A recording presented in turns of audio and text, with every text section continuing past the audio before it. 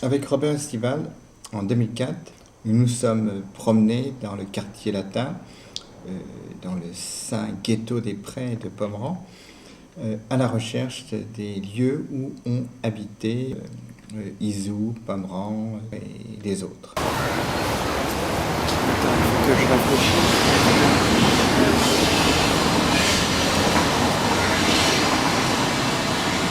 Là, C'était la salle de... Oui, c'est là, tu vois.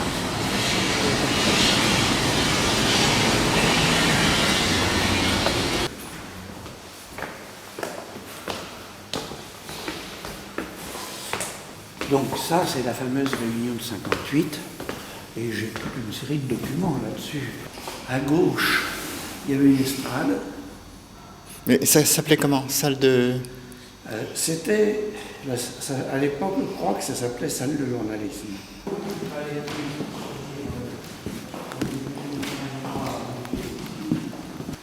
Là-dessus, il y avait donc il y avait l'estrade, Oui. il y avait un bureau, beaucoup plus large que ça d'ailleurs, avec le souvenir que j'en ai, et là, un peu plus loin, là où il y a à peu près, si tu veux, dans le coin où il y a le projecteur, le rétroprojecteur ici, il y avait un magnétophone et il y avait un truc de Debord qui se déroulait, parce que Debord n'était pas là. Oui. Et alors, dans le fond, il y avait les derniers surréalistes comme Schuster ou autres, et la salle était complètement comble. Il y a eu aussi une autre réunion, je pense. D'accord. Avec un philosophe, je ne me souviens plus, qui est un universitaire, et Izou s'est pris de gueule avec lui. Oui. Alors là, il fallait voir. J'ai écrit certaines choses très dures. Bon, on m'a insulté, j'ai insulté, vous comprenez?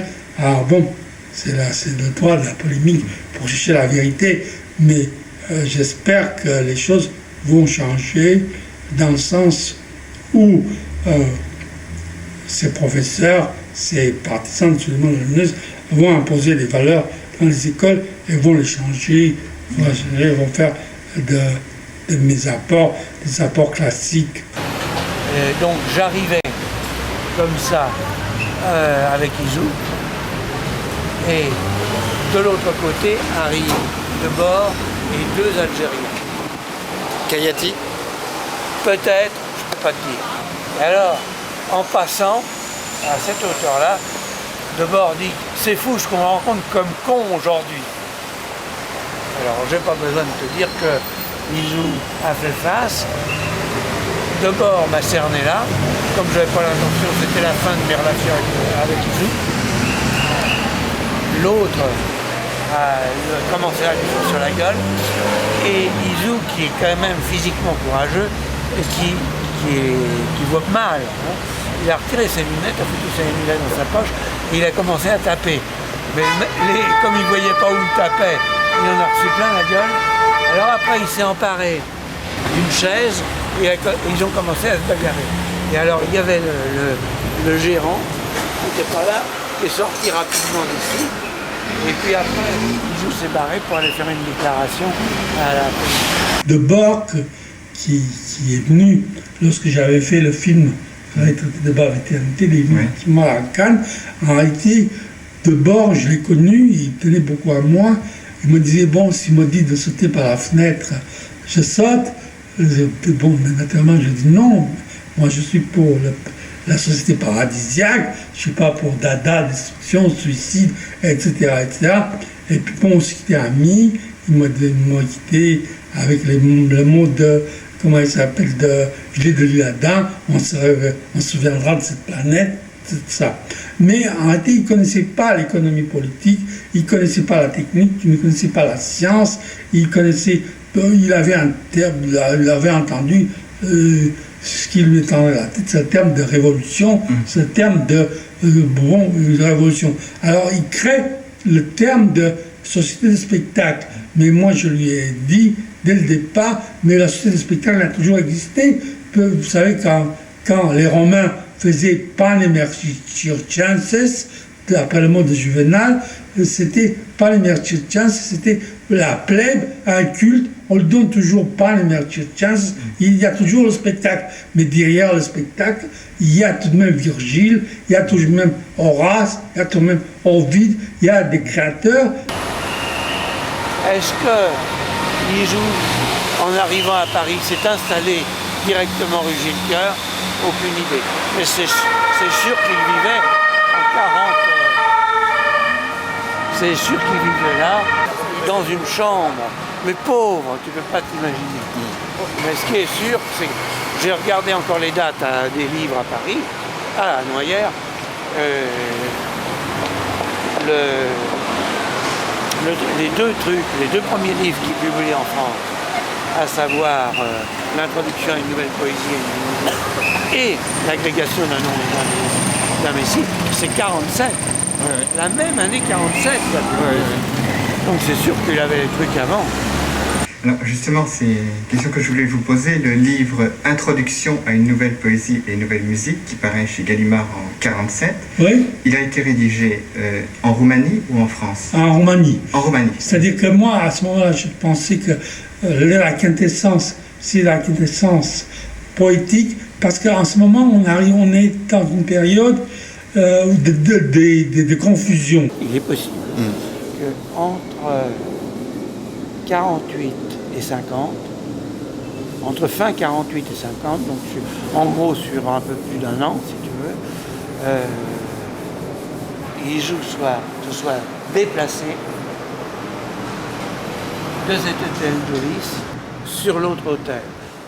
Il a été baptisé, alors je ne donnerai pas pour l'instant le lieu, mais il a été baptisé pour pouvoir se marier. Il a donc quitté le quartier latin pour aller s'installer chez sa femme. C'était à Pantin, avenue Victor Hugo. À Pantin. Ça montre que ce type-là, avec tout ce qu'il a fait, il est resté relativement misérable matériellement. Alors, ça m'a toujours posé un problème justement par rapport aux Israélites. On dit toujours que les Israélites sont des mecs qui font du fric, mais ça n'a pas été du tout le cas d'ici.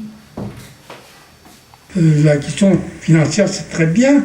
Bon, vous savez, Hitler a eu des milliards, et puis ça n'a rien abouti. Et Bernard Buffet gagne beaucoup d'argent, et ça, c'est pas intéressant. Ce qui m'intéresse, moi, c'est de rester au moins 3000 ans comme mon mère, et plus que ça, parce qu'il paraît que le monde va durer encore 5 milliards d'années. Alors, durer. Alors, l'argent, je vois pas. Bon, avant, on avait les coquillages, le grand troupeau de vaches. Je trouve que c'était d'importance. C'est comme important de manger, de respirer et de se vêtir. Mais c'est pas ce qui est essentiel, c'est pas ce qui reste dans l'histoire. Vous savez, il y a la phrase de Michel-Ange, « Je suis riche, mais je vis comme un pauvre ». Et puis la phrase qui a été reprise par Picasso, « Il faut être riche et vivre comme un pauvre ». Alors bon, c'est un peu ma conception éthique, mais beaucoup plus privée, parce que c'est à partir de la création. Je dis, bon, il y a l'immédiat, bon, ben, il y a ce qui dure 100 ans, 200 ans, 1000 ans, 3000 ans, comme mon mère, et puis qui dureront peut-être un peu plus, parce que maintenant, le monde va durer un peu plus. Tu sors de la rue d'Hirondelle, de la rue Gilles-Cœur, tu te retrouves là. Donc, mais je pense que c'est un mec complètement désintéressé, du point de vue matériel. À voir comment il a vécu. Mais il explique, lui, qu'il faisait des travaux de documentation, et puis c'est porno, qui lui permettait de vivre. J'aurais pu rester. Oui. J'aurais pu rester dans l'étrisme. Mais qu'est-ce que j'aurais fait? La même chose que la mère. Pour moi, Tzara n'apportait plus grand-chose. Cette révolution, ce dada totale, ces destructions, ça me paraissait quelque chose de banal. C'est-à-dire que d'un côté, il y avait, si vous voulez, l'anarchisme, dada. Et alors là, je me disais, bon, ben, c'est la fin du monde. Ça, on connaît depuis, bon, la fin du monde du christianisme, l'apocalypse. Bon, vous savez, l'anarchie, la fin du monde des stoïques, la fin du monde des bouddhistes, la fin du monde vous savez, des traditions anciennes. On dit toujours que le monde va un jour prendre le feu et va finir par le feu. Et alors, donc, ça me semblait la théorie révolutionnaire ou la théorie, si vous voulez, philosophique des dadaïstes me semblait dépourvue d'intérêt. Ce qui m'a... bon, la fin du monde, c'était quelque chose de banal par le christianisme, par toute autre chose. Mais ensuite, après avoir découvert l'intérêt de la phonétique, de la poésie phonétique, qui était pour moi, si vous voulez, non une syllabe, non un phonème, mais c'était la possibilité d'un nouveau courant constructif. À ce moment-là, je me suis dit, on peut reprendre Dada comme fin, comme possibilité de fin, mais esthétique, tout en enlevant tout ce qu'il y avait de banal dans tout l'anarchisme, toute la banalité, vous savez, qui a fait que Tzara est revenu vers le bouddhisme. Il disait je suis bouddhiste lorsqu'il est venu vers l'Ima, etc. Et à ce moment-là, j'ai reconsidéré, si vous voulez, Tzara, j'ai considéré bon, le Dada, le cabaret Voltaire, et puis j'ai considéré aussi les œuvres surréalistes, l'écriture automatique, qui ne me semblaient pas apporter tellement de nouveau, qui était notre pataphysique, vous savez, pataphysique de Jarry, etc. Yanko, je l'ai connu bien seulement en Israël. J'ai fait un voyage en Israël, et là, Yanko a commencé, il m'a dit, ah, Izou, bon, bravo, et puis moi aussi, si Tzara n'était pas ce Rogenstock, il utilisait des expressions antisémites un peu, alors là, on aurait pu faire quelque chose.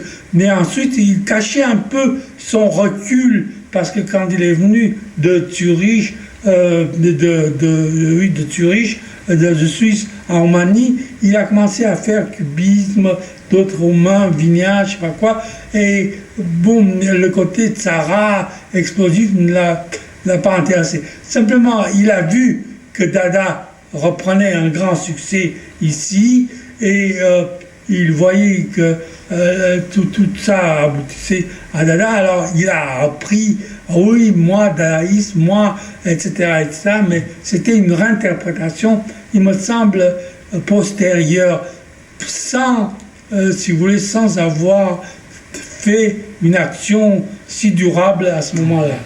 Izou a parlé de la poésie phonétique, donc à travers Tzara. Et alors, c'est vrai que Haussmann, Schwitters ont précédé Izou, mais on peut dire à sa décharge que c'est à travers l'éditrice qu'une sorte de projecteur s'est porté sur tous ces mouvements du début du siècle. Et c'est vrai aussi que les œuvres qui ont été produites au début du XXe siècle sont peu nombreuses. Bon, il y a l'Ursonate, il y a les poèmes phonétiques de Haussmann, ceux de Schwitters, mais en quantité, c'est très peu de choses, et il y avait très peu d'informations à l'époque. Mais ce dont on peut absolument créditer Izou, c'est son influence au cinéma, c'est-à-dire Traité de Bave et d'Éternité 51. Ce qui a été la grande innovation de ce film a été la séparation de la bande-son de la bande-image. Alors la deuxième chose, évidemment, c'est la poésie sonore, à travers donc les jeunes qui l'ont entouré. Et quelque part, les jeunes sont tout à fait dans la logique de ce qu'il dit dans le soulèvement de la jeunesse, c'est-à-dire qu'ils ont créé leur propre théorie, et donc ils ont été créatifs, donc de Dufresne, évidemment de Bohr et Waldman. Alors, l'économie nucléaire, c'est quoi exactement? Ça, c'est paru en 1949. Alors, je vais vous expliquer.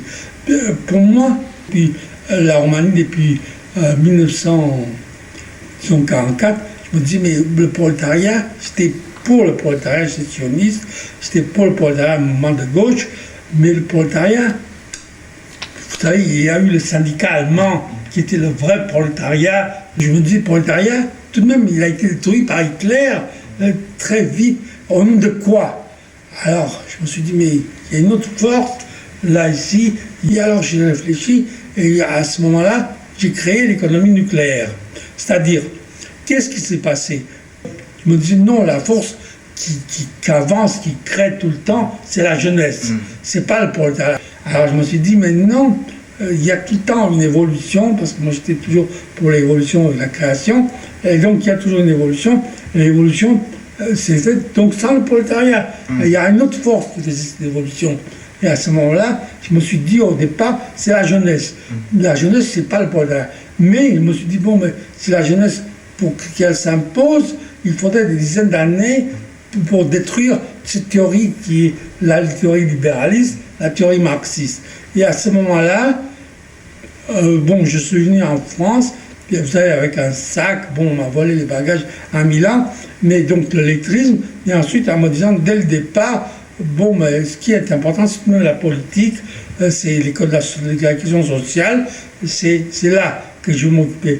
Et tout de suite, dès que j'ai eu Gallimard accepter mon premier manuscrit, parce que je l'ai, bon, j'ai fait un scandale de Corbier et tout ça, et ça marchait. Donc, alors je me suis dit, je vais m'occuper du soulèvement de la jeunesse, c'est ça qui est important. Et je me suis occupé d'économie politique. Et je connaissais des gens qui disaient, ah oui, Zou, on parle dans les journaux. Alors ils m'ont prêté des livres, et j'ai lu Adam Smith. Mais alors, La richesse des nations, et puis Ricardo, puis la Bibliothèque nationale, bon, on m'a donné des bouquins, et puis j'écrivais pour gagner ma vie des livres sur le manteau. Ça se vendait bien. Alors moi, en regardant le circuit économique, je me suis dit, mais ce qui s'occupe, c'est la population active, hein, au centre. Mais en réalité, où sont les jeunes? Ces jeunes qui sont esclaves cherchent à entrer dans le circuit, ils le bouleversent, ils créent sans cesse l'évolution, le changement politique, et ensuite ils créent aussi les changements culturels. Ils créent de nouvelles idées philosophiques, de nouvelles idées esthétiques, de nouvelles techniques, de nouvelles scientifiques, de nouvelles théories scientifiques, etc. Donc, c'était paradisiaque.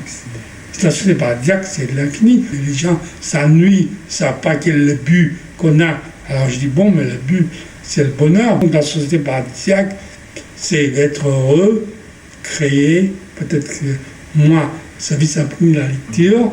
Et puis bon, la société paradisiaque, c'est créer, créer, créer, créer.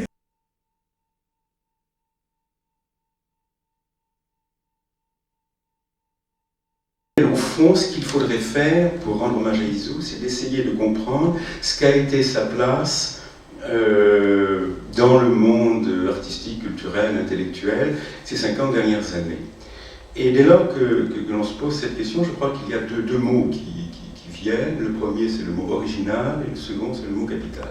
Je crois que sa contribution était tout aussi originale que capitale, et elle, à mon sens, elle relève un peu du dynamitage. Je crois qu'il a dynamité les codes, les conventions, les normes, à une époque, fin des années 40, début des années 50, où elles étaient extrêmement prégnantes, extrêmement pressantes, où c'est beaucoup battu par exemple entre les poètes de la Résistance, et on se souvient, pour avoir lu un peu le texte par exemple de Benjamin Péret ou d'autres, combien cette idéologie était forte et prégnante.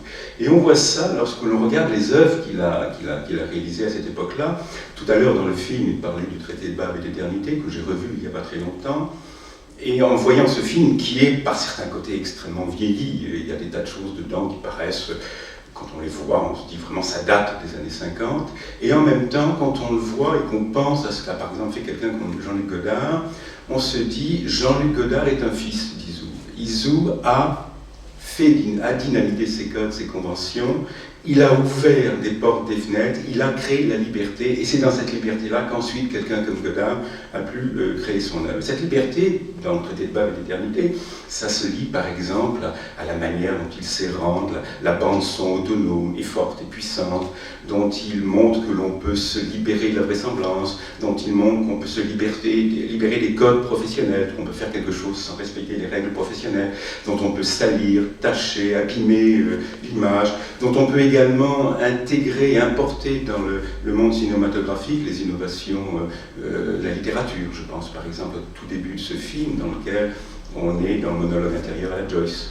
Joyce, qui d'ailleurs est présent à plusieurs reprises, je ne sais pas si vous avez mémoire de ce film, qui est présent à plusieurs reprises dans ce film, notamment au moment où il parle de la petite danseuse. Cette petite danseuse est, à mes yeux au moins, une allusion directe à la jeune boiteuse de Ulysse, cette jeune femme qui boit, qui est absolument ravissante, qu'Ulysse voit de loin, et il a eu une pollution nocturne, enfin une érection, une éjaculation, et en fait il découvre ensuite qu'elle est boiteuse. Il y a là des allusions. Alors, cet mouvement de dynamitage des codes, on le voit dans le cinéma, on le voit également dans la poésie, évidemment, où il nous a appris en fait à entendre la voix, à entendre le son, à entendre les phonèmes, à entendre le souffle, à découvrir derrière la poésie quelque chose d'autre, un univers qui nous était totalement aveugle, qu'on ne voyait pas. Et il a permis à quelques-uns de ses amis de faire de véritables chefs-d'œuvre. Vous parlez tout à l'heure, je crois, de Dufresne et de Volman. Là, il y a de véritables chefs-d'œuvre. Lui-même a fait quelques très beaux poèmes, et je crois que François tout à l'heure en lira quelques-uns. Mais alors même qu'il n'est au panthéon d'aucun poète, même pas des poètes sonores, qui ne le citent quasiment pas. C'est d'ailleurs quelquefois extravagant de voir combien de gens comme Chopin, des gens qui font de la poésie sonore, négligent qu'il y a eu Izou. En même temps, on se dit que tout cela aurait été probablement impossible s'il n'avait pas révélé cet univers incroyable, magique, extraordinaire, qui est celui de la voix et des phonèmes. Et bizarrement, les gens qui probablement ont le mieux compris sa leçon, ce sont les musiciens. Je pense à des gens comme Ivo Malek, plus que Pierre-Henry. Ivo Malek qui a composé des œuvres sans s'inspirer vraiment d'Izou. D'ailleurs, je lui ai posé la question, il me dit Izou non. Mais en même temps, il était sensible aux cris dans la rue, aux cris des gens qui hurlaient dans la rue, et il entendait là une musique, une poésie, qu'il n'a pu comprendre comme poésie et comme musique que parce qu'Izou nous avait appris à cette génération-là au moins, à y entendre de la poésie. Même chose, je crois, autour de la peinture. Izou, en travaillant sur les lettres et les signes, a probablement été de ceux qui ont permis de sortir de cette double impasse, qui était d'un côté la figuration à la Buffet dont il parlait, qui était évidemment très réactionnaire, puis cette autre impasse qui était l'abstraction, soit lyrique, soit géométrique, qui était épuisée à la fin des années 50 et qu'il a réussi à faire évoluer au travers de ses travaux sur la lettre, sur le signe. Je pense que de manière subliminale, il a joué aussi un rôle important en matière politique. Je dis de manière subliminale parce que je me souviens, et de manière douloureuse, combien en 68, alors même que d'une certaine manière ses idées étaient dans la rue, François en était témoin, totalement ignoré, et il a dû vivre ça probablement comme véritable drame. C'était un révolutionnaire, un peu un révolutionnaire à la Lénine, et il était dans sa pratique. Alors plusieurs ici d'entre nous ont été à un moment ou un autre membres du mouvement lettristes. Moi j'étais au début des années 60 et je me souviens très bien, nous réunissions au pas du boulevard Saint-Michel à la Boule d'Or. François connaît, je ne sais pas si tu as dû connaître.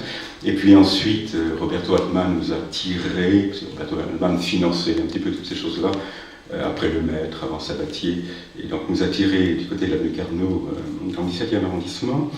Et le jeune homme que j'étais, le très jeune homme que j'étais, nourri un petit peu de l'histoire du surréalisme, s'attendait dans ces réunions de groupes à voir parler d'art. Non, on ne parlait surtout jamais d'art. Dès lors que nous étions membres du groupe lettriste, nous étions par construction, par définition, de grands créateurs.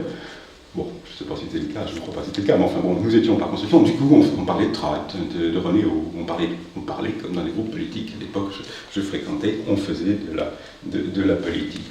Et cette approche, cette démarche d'Izou, démarche très politique, a eu, je crois, une conséquence absolument désastreuse. C'est qu'en réalité, nous n'avons pas vu, ni nous, ni personne autour de nous, ni personne dans le milieu culturel, n'a vu les œuvres qui se faisaient. Et du coup, c'est aujourd'hui, après coup, qu'on commence à découvrir qu'un certain nombre d'artistes qui ont traversé ce mouvement, qui ont été compagnons de route de ce mouvement, ou qui y ont vécu, ont fait des œuvres importantes. Moi, j'en ai eu la révélation il y a 3-4 ans, à Dijon, lors d'une rétrospective Volman, où là, tout d'un coup, j'ai été ébahi, un artiste que je connaissais, dont je connaissais les œuvres, je me disais, c'est bien, Volman, c'est sympathique, mais c'est un petit peu minuscule. Et tout d'un coup, en voyant cette œuvre, je me suis dit, c'est quelqu'un de très très important. Ce que personne ne savait avant qu'il y ait eu cette œuvre. De la même manière, je crois que le maître, Maurice Lemaitre, qui est un garçon qui n'est pas sans avoir suscité un certain nombre d'agacement chez certains d'entre nous. Quand on va chez lui et qu'on voit son œuvre, il y a véritablement une cohérence dans tout son travail, cohérence que l'on verra le jour où on oubliera qu'il est lettriste et qu'on regardera son œuvre telle qu'en elle-même. C'est probablement vrai d'autres artistes du mouvement lettriste ou proche du mouvement lettriste. C'est en tout cas, je crois, vrai d'Izou. Et puisque nous sommes ici réunis pour rendre hommage à Izou, je crois que le plus bel hommage que nous pourrions lui rendre, ce serait d'essayer d'organiser une exposition critique. Quand je dis critique, c'est une exposition qui le sorte un peu de la gangue de ce mouvement un petit peu sectaire qu'était le mouvement lettristes, pour le voir en artiste tel qu'il était, avec tout ce qu'il a eu de formidable et de beau dans son œuvre, avec aussi peut-être quelques faiblesses, en essayant de rendre cohérence à tout ce qu'il a fait et donner du sens à tout cela et montrer que derrière le mouvement, le politique, derrière le chef de troupe, derrière l'agitateur qu'il a beaucoup été, il y avait aussi un artiste extrêmement important dans plusieurs domaines, à mon sens au moins dans la poésie, dans le cinéma et dans la peinture. Voilà, c'est un petit peu ce que je voulais rendre comme hommage à Izou, un hommage un peu critique, mais je crois qu'aujourd'hui, c'est ce que nous lui devons.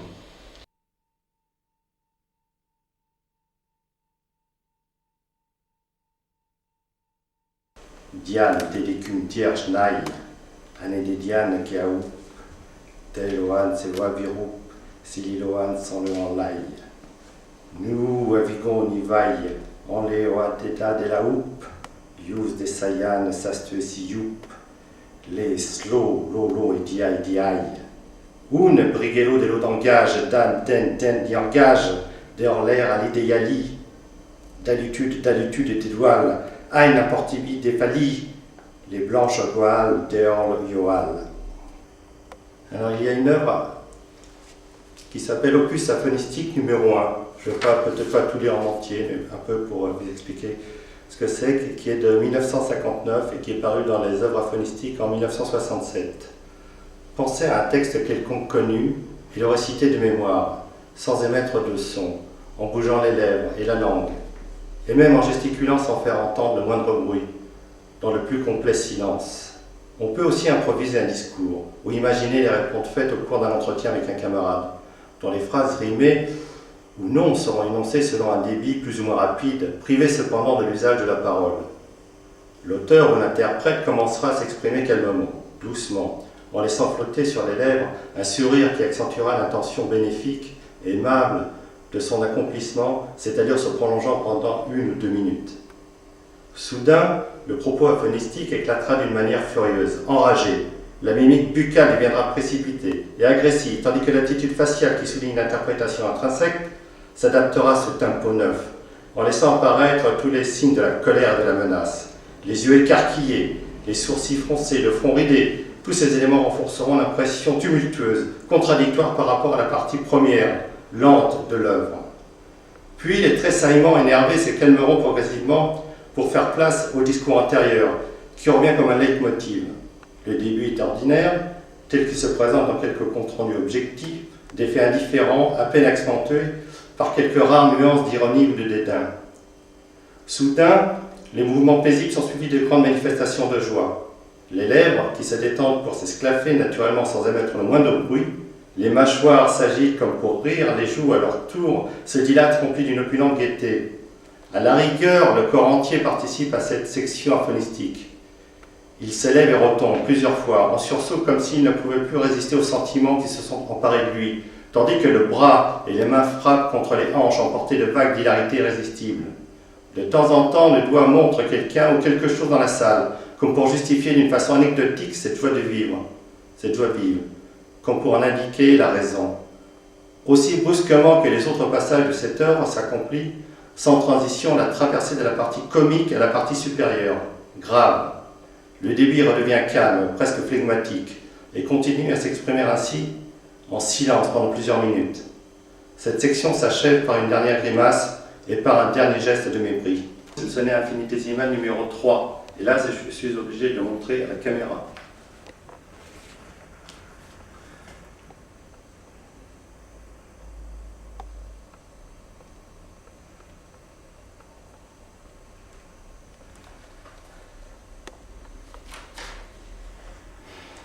Donc là, je vous dis, je voulais en lire un autre, c'était un poème très célèbre, c'est Lance rompue pour la Dame Gothique, que souvent Jean-Paul Curtet a récité quand nous faisions des spectacles. Mais là, comme je ne me souviens plus des numéros, je ne veux pas le faire.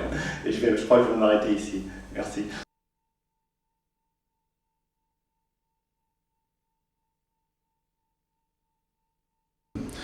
Donc là, c'est un extrait en fait de cette symphonie qui est donc sa dernière œuvre, puisque en fait Izu ne pouvant plus écrire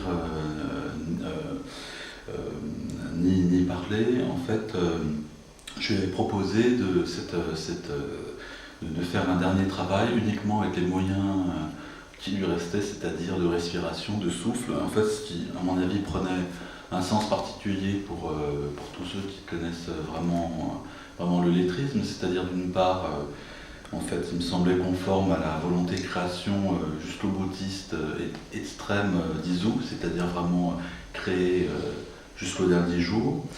Et puis d'autre part, c'était, je pense, aussi une manière de se réapproprier en fait une dimension qui était mal perçue de son vivant, c'est-à-dire dans le domaine de la poésie, c'est tout le travail sur ce qu'il a dénommé les lettres nouvelles au départ, retranscrites avec des lettres grecques, puis ensuite avec les chiffres dont parlait François, pour plus de lisibilité, mais visiblement c'est toujours pas opérant. Et donc en fait, ce travail sur ces sons, en fait, ces sons du corps, de la voix, bon, il était un petit peu passé sous silence puisqu'on a vu surtout la poésie lettriste comme, disons, enfin pas une redite du dadaïsme d'Osman Schwitters, mais ça a été beaucoup comparé à ça, alors qu'en fait, dès le départ, il y a quand même, au-delà de la codification, de la systématisation, de la théorie, donc de l'introduction de nouvelle musique en 1947, et c'est 414 pages, en fait, il y a aussi donc cet apport de lettres nouvelles qui est à mon avis vraiment une de ces apports fondamentaux, voilà, avant d'évoluer vers la poésie infinitésimale, supertemporelle, etc.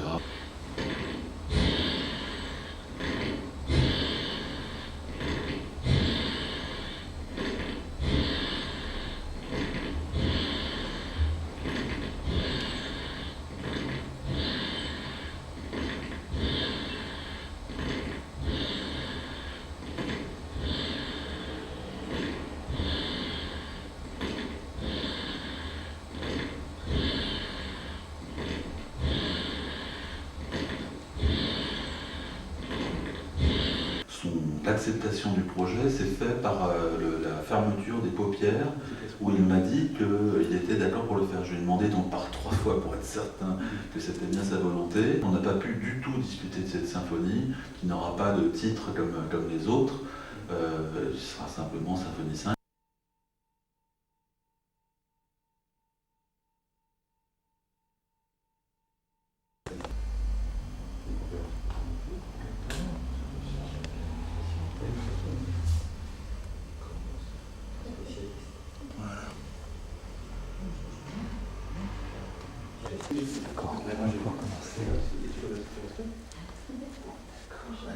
Donc, il s'agit d'un film imaginaire en hommage à Izu, qui s'appelle Tectonique izuienne.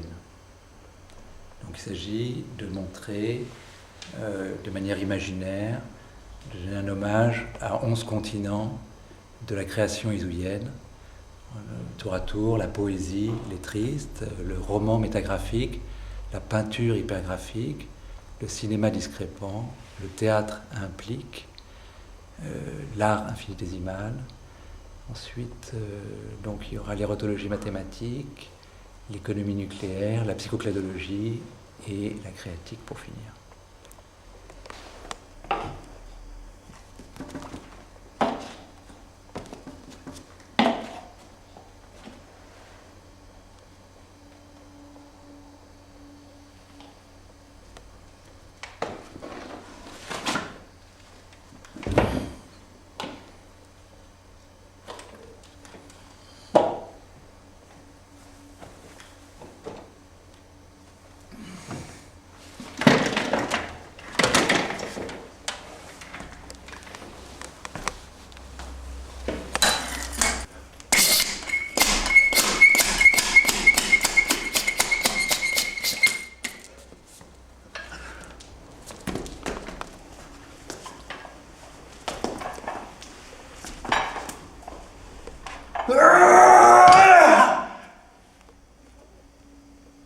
Poésie est triste.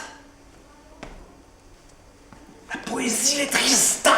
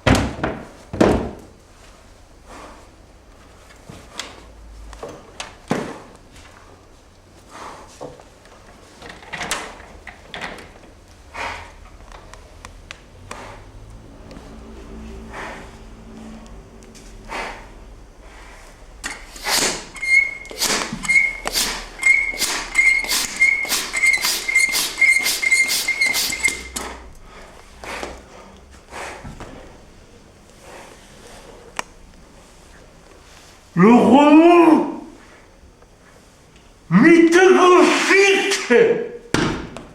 Mythographique.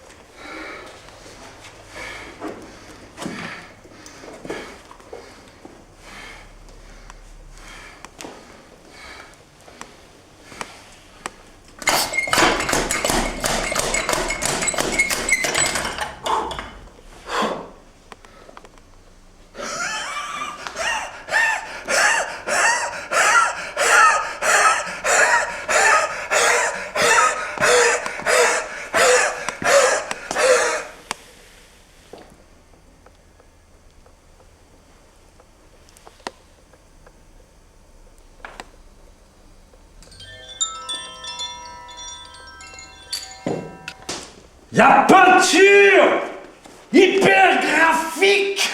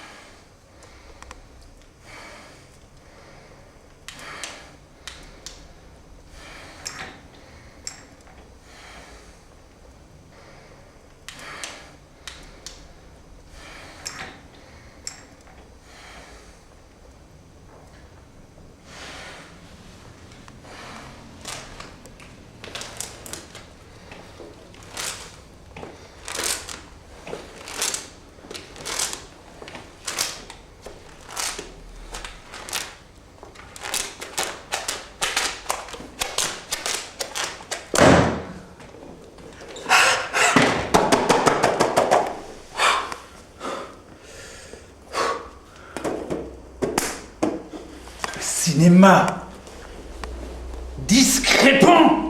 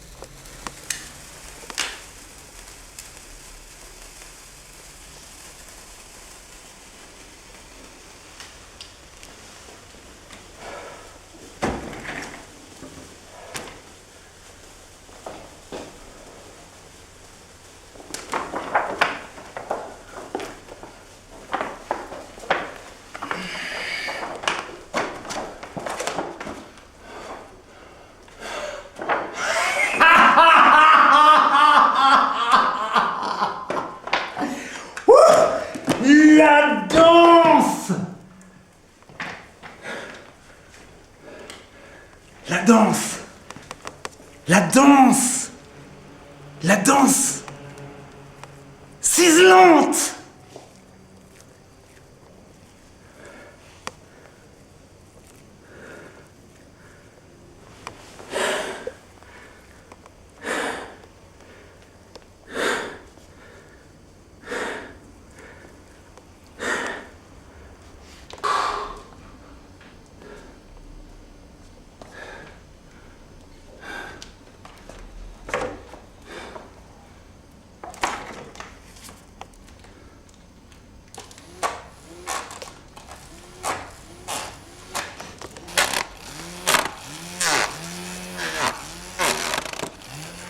Le théâtre implique.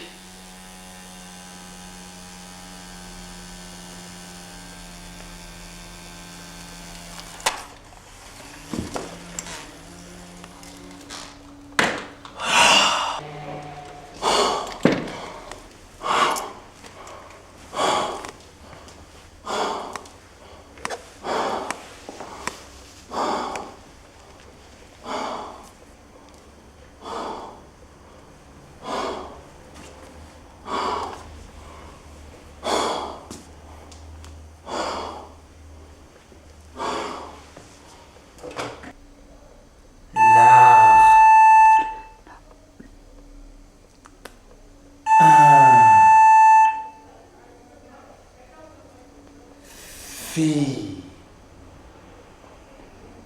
Ni. T. Ré. Mal.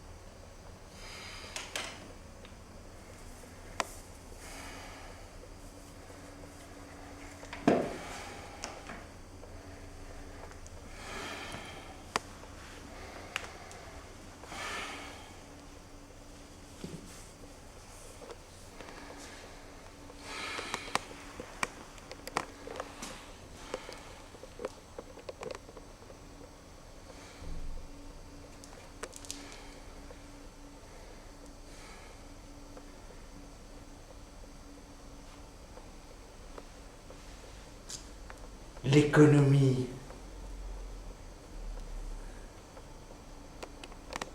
nucléaire.